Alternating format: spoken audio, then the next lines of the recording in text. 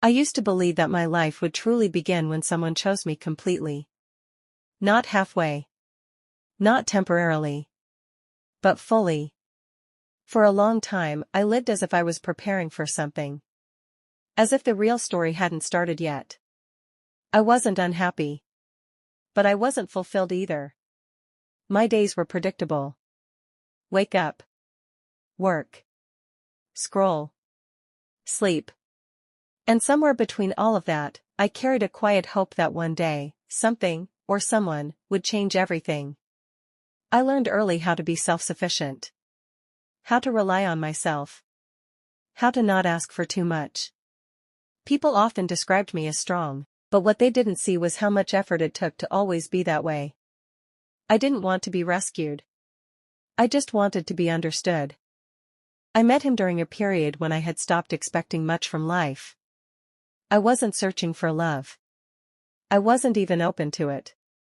And maybe that's why it felt different. He didn't rush me. He didn't overwhelm me with attention.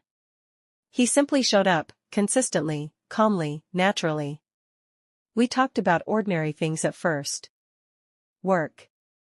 Daily routines. Random memories. But slowly, the conversations became deeper. He asked questions that made me think.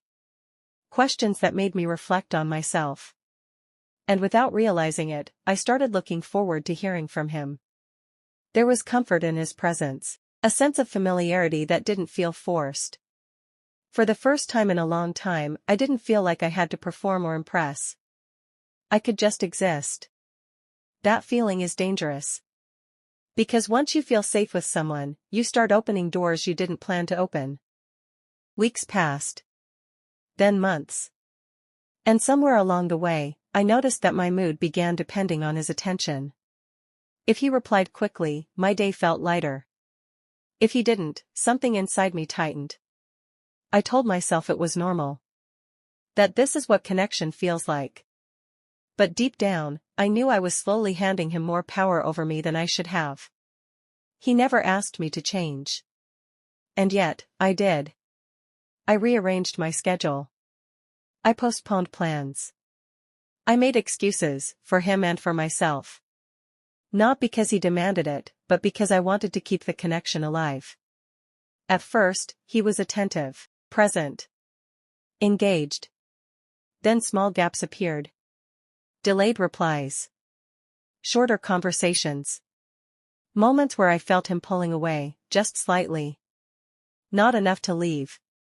But enough to make me doubt. And doubt has a way of growing quietly. I began questioning myself instead of questioning the situation. Was I asking for too much? Was I reading too deeply into things? Was I becoming too attached? I convinced myself that patience was a form of love. And so, I waited. What I didn't realize at the time was that waiting was slowly erasing me. I stopped expressing my needs clearly. I stopped trusting my instincts. I stopped listening to the quiet voice inside me that was trying to warn me. Because acknowledging that voice would mean accepting something I wasn't ready to face, and that was the beginning of the hardest lesson of my life. At first, I didn't want to admit that something was changing. I told myself I was imagining things. That stress was affecting him.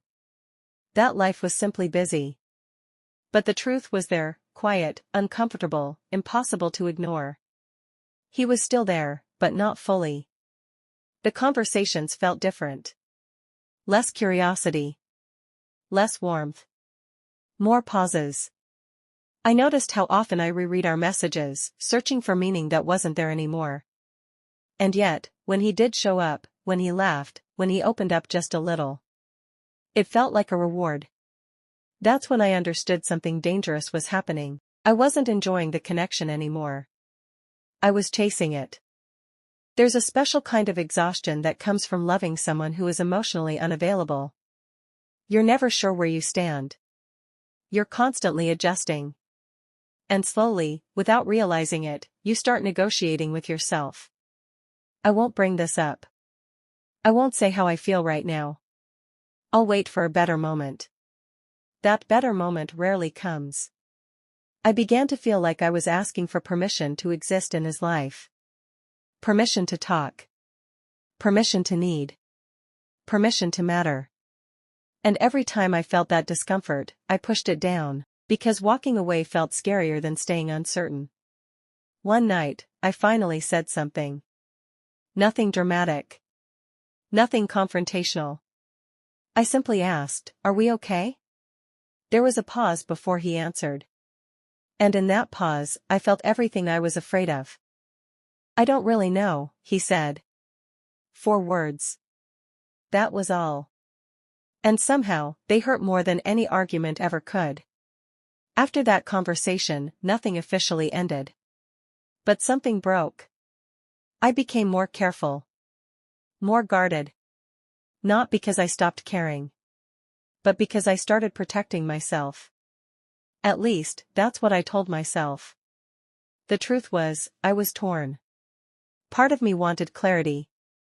Answers. Honesty. Another part of me wanted to hold on to what we still had. Even if it wasn't enough. So I stayed. I stayed when I felt ignored. I stayed when my needs were minimized. I stayed when I felt like I was slowly becoming optional. And every time I stayed, I lost a little more of myself. I stopped sharing my worries. I stopped talking about my dreams. I stopped asking questions I didn't want the answers to. Silence became safer than truth. The worst part wasn't that he was pulling away. The worst part was that I was allowing it. I was teaching him how little effort was required to keep me. There's a moment in situations like this when your body knows before your mind does. I felt it, the heaviness in my chest. The anxiety before checking my phone. The relief when he replied, followed by disappointment when the message was short. That emotional roller coaster became my normal. I remember thinking, if I just stay calm, if I stay patient, if I don't push, maybe he'll come back. But love shouldn't feel like strategy. And deep down, I knew that. The realization didn't come all at once. It came slowly. In moments when I felt lonely even while talking to him. In moments when I stopped recognizing myself. I wasn't asking for too much. I was asking the wrong person. Still, letting go felt impossible. Because when you invest so much of yourself into someone, walking away feels like erasing a part of your own story. And I wasn't ready for that yet. So I stayed, until staying hurt more than leaving ever could. Eventually, the moment I had been avoiding arrived. Not with anger. Not with shouting. Not with tears. It came with silence. A silence that spoke louder than any argument could. I realized that staying had become a weight. A weight that pressed on my chest and made it hard to breathe. A weight that reminded me every day that I was giving more than I was receiving. I remember the day clearly. I was sitting in my apartment, sunlight spilling over the floor. The phone rang, and I didn't answer. I didn't need to. I knew what the conversation would be. I knew what it would feel like. I didn't need to hear the words to know the truth. And in that moment, I chose myself. Not because I stopped caring. Not because I stopped loving. But because I finally understood that loving someone shouldn't cost me my life. I walked away quietly. No drama. No final scene in a movie. Just me, taking a step toward freedom. I let go of the hope that he would suddenly change. I let go of the idea that someone else's behavior could define my worth. I let go of the version of me that existed only for someone else's approval. The first few days were hard. The emptiness felt heavy. The habit of checking my phone, hoping for a message, didn't disappear immediately. Loneliness sat beside me like a quiet, patient friend. But slowly, the space I had created for myself began to feel like breathing. It began to feel like air I hadn't realized I needed. I started noticing little things again. How my favorite mug felt in my hand in the morning. The way sunlight touched the floor. The sound of rain on the windows. The rhythm of my own heartbeat, steady, mine. I remembered my own dreams. My own voice. My own desires. And the most surprising part? I realized I could still love. Without fear. Without dependence. Without losing myself. The truth I learned was simple but profound: love should enhance your life, not diminish it. Love should feel like a safe place, not a battlefield. Love should never make you question your value. I didn't meet someone new immediately. I didn't need to. Because the most important love story I could ever write was the one where I chose myself. I returned to friends I had neglected. To hobbies I had abandoned. To moments of quiet joy that had existed before anyone else came into my life. And for the first time in years, I felt whole. Somewhere along the way, I understood this clearly: the people who leave are not failures. The ones who can't stay are not villains. They are merely chapters, not the entire story. And I am the author of my own life. If you are listening to this, and if you are holding on to someone who makes you small, please hear me: you deserve someone who chooses you as fully as you choose them. Someone who adds to your life instead of taking away from it. Someone who sees you, truly sees you, and wants to stay. And if that person hasn't arrived yet, then use this time to love yourself. To honor your own worth. To write your own story. Because when you finally meet the right person, you won't need to chase. You won't need to negotiate. You will simply stand together. And it will feel effortless.